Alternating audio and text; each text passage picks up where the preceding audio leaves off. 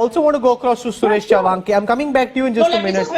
Suresh Chawanke gave a call to fight, die and kill to make India Hindu राष्ट्र. आपने जो दिल्ली में किया, सबको शपथ दिलाई, आप वीडियो में दिख रहे हैं, एक हिंदू युवा वाहिनी का इवेंट चल रहा है, उसमें आप इंडिया को हिंदू राष्ट्र बनाने की बात कर रहे हैं और कह रहे हैं कि इसके लिए whether you need to kill, fight and die and you're willing for it. You've made controversial comments in the past and once again no action is being taken against you. This is what you're saying, sir, is completely wrong, Suresh. एक तो मुझे अब तक क्या चर्चा हुई और कौन पैनल में है कुछ पता नहीं है, इसलिए मैं अभी आपने जब मुझे प्रश्न पूछना शुरू किया तभी से उत्तर देता हूं. पहले तो आपने उसको इंग्लिश में गलत ट्रांसलेट किया है. मैंने हिंदू राष्ट्र की शपथ ली थी, ये कोई पहली बार नहीं ली. ये शपथ 26 अप्रैल 1645 में छत्रपति शिवाजी महाराज ने रायरेश्वर महादेव मंदिर पर ली थी, जबकि उनकी आयु 15 थी. उसके बाद 1925 में डॉक्टर हेडगेवार जी ने नागपुर में ली थी. दूसरा, शपथ जब ली जाती है तो आप उसको एक शब्द को लेकर ऐसा ट्रांसलेशन नहीं कर सकते.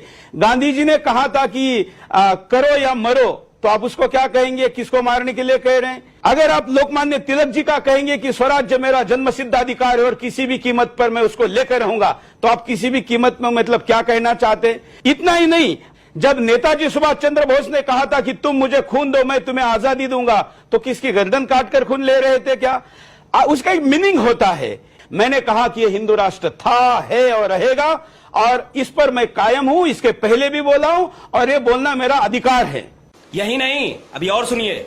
नहीं, पर इंडिया हिंदू राष्ट्र नहीं है. India is a secular country which gives equal space to all religions. क्यों नहीं? Whether it's because that's the way, sir, that's the way. मैं नहीं कह रहा, ये Constitution कह रहा है. ये आपकी राय मेरी राय वाली बात नहीं है ना, कोई सड़क पे लड़ाई थोड़ी हो रही है. This is what the Indian Constitution says. जिन्होंने Constitution बनाया, राहुल जी जिन्होंने कॉन्स्टिट्यूशन बनाया, उस बाबा साहब अंबेडकर का सपना हम पूरा कर रहे हैं. क्योंकि बाबा साहब अंबेडकर ने कहा था कि अंतिम मुसलमान पाकिस्तान जाना चाहिए, अंतिम हिंदू हिंदुस्तान में आना चाहिए, तभी मैं इस विभाजन को मानूंगा. ऐसा हुआ क्या? क्यों नहीं हुआ? मैं तो बाबा साहब अंबेडकर को कोट कर रहा हूं. उन्होंने क्या कहा था?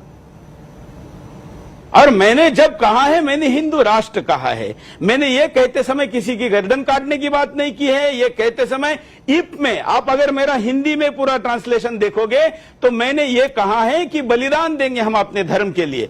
तो मेरे धर्म के लिए मैं बलिदान दूं, इसमें आपको क्या आपत्ति है? और अभी तो रुको, क्लाइमैक्स अभी बाकी है. मरेंगे, जरूरत पड़ी तो जरूरत पड़ी तो मारेंगे. What you're saying is very clear. ये अब आप शब्दों का हेरफेर कर रहे हैं. हाँ, तो जरूरत पड़ी मारेंगे. अगर मुझे कोई मारने आएगा तो जरूरत पड़ी तो मारेंगे. क्या राहुल कंवल अपनी आत्मरक्षा के लिए जरूरत पड़ने पर मारेगा नहीं, या कायरता की तरह मर जाएगा? मैं आपको पूछ रहा हूं. हिंदुस्तान का संविधान, बाबा साहब का संविधान आपको भी मुझे भी आत्मरक्षा का अधिकार देता है.